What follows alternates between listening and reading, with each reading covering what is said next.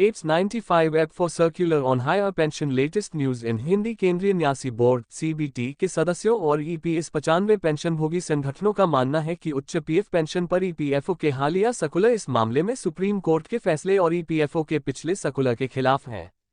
उन्होंने सवाल उठाया कि जो कर्मचारी 1 सितंबर 2014 से पहले सेवानिवृत्त हुए, पूर्व संशोधित कर्मचारी पेंशन योजना ईपीएस 1995 के पैराग्राफ 11(3) के तहत किसी भी विकल्प का प्रयोग किए बिना और उच्च पेंशन का लाभ उठा रहे थे, उनकी उच्च मजदूरी की फिर से जांच करने की आवश्यकता है। सीबीटी सदस्य हरभजन सिंह सिद्धू ने कहा। सीबीटी सदस्य और हिंद मजदूर सभा एचएमएस के महासचिव हरभजन सिंह सिद्धू ने मीडिया को बताया कि वो फरवरी में होने वाली सीबीटी की अगली बैठक में इस मुद्दे को उठाएंगे। हम उच्च पीएफ पेंशन हायर पेंशन पर सुप्रीम कोर्ट के आदेश को लागू करने पर सरकार के रुख और ईपीएफओ द्वारा की गई तैयारियों के बारे में नहीं जानते हैं। ईपीएफओ द्वारा जारी किए गए circular apps 95 app for circular supreme court के आदेश के खिलाफ हैं और अदालती प्रक्रियाओं की अवमानना को आमंत्रित कर सकते हैं।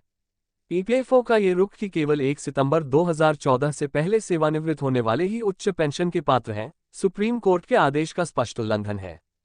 श्री सिद्धू ने कहा, यहां 30 जनवरी को होने वाली करीब 10 केंद्रीय ट्रेड यूनियनों और विभिन्न क्षेत्रीय यूनियनों और महासंघों की संयुक्त बैठक में भी इस मुद्दे पर भी चर्चा हो सकती है। एनएसी के अशोक राउत ने कहा, ईपीएस 95 के तहत पेंशनरों की नेशनल एक्शन कमेटी एनएसी के संयोजक भारतीय नौसेना के सेवानिवृत्त कमांडर अशोक राउत ने कहा कि ईपीएफओ ने सुप्रीम कोर्ट के आदेश की गलत व्याख्या की है। वे पेंशनरों के लिए उच्च पेंशन नहीं देना चाहते हैं। यह उनकी कार्रवाई से बहुत स्पष्ट है। श्री राउत ने केंद्रीय भविष्य निधि आयुक्त नीलम शमी राव को लिखे एक पत्र में उन्होंने कहा कि सुप्रीम कोर्ट ने सभी पेंशनरों को 4 नवंबर 2022 से 4 महीने की अवधि के भीतर विकल्प का प्रयोग करने की अनुमति दी है। निर्धारित अवधि के भीतर प्रयोग किए जाने वाले विकल्पों का प्रारूप 29 दिसंबर 2022, 5 जनवरी 2023 व 25 जनवरी 2023 को जारी पत्र अधिक वेतन पर पेंशन का लाभ देने लायक नहीं है।